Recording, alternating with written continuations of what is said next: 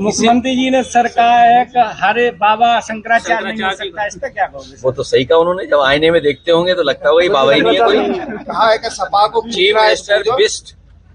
Chief minister Bisht साहब लगता आईना देख करके ये बात कह रहे हैं, और जब विधानसभा में गए होंगे भाषण देने तो आईने में देखा होगा तो आईने ने सच्चाई बता दी होगी कि केवल पहनावे से कोई बाबा संत नहीं हो सकता है, कान छिदवाने से नहीं हो सकता है।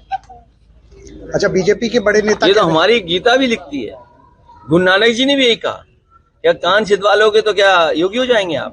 और जो दूसरों का सर्टिफिकेट मांग रहे हैं वो अपना सर्टिफिकेट तो दिखा दें कि कौन सी इंस्टीट्यूशन में योगी बने हैं।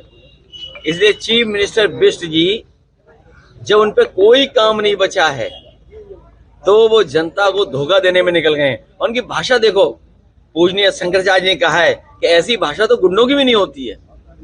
बताओ, पूजनीय शंकराचार्य का अपमान हो गया, हमारे धर्म के सबसे गुरु संत, और हमारे तो परंपरा है जब चाहो तब पहन लिया आपने गेरुआ वस्त्र और साधु बन गए।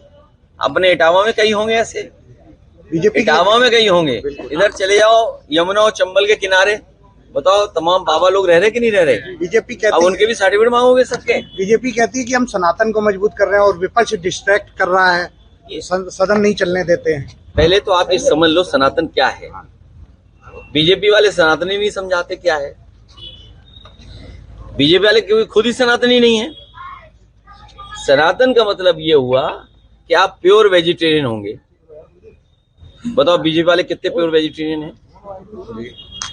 और अमेरिका की डील में सुना है विदेशी एग्रीकल्चर प्रोडक्ट्स आ रहे हैं, विदेशी सब चीजें आ रही हैं। चिकन बर्गर तो पहले ही मिल रहा था, चिकन पिज्जा मिल रहा था, और अब एग्रीकल्चर प्रोडक्ट्स भी आ जाएंगे, तो बताओ क्या बचा हमारे देश का? तो ये जानबूझ करके उस दिशा में सनातन धर्म, और खुद ही सनातनी नहीं है, बताइए आप।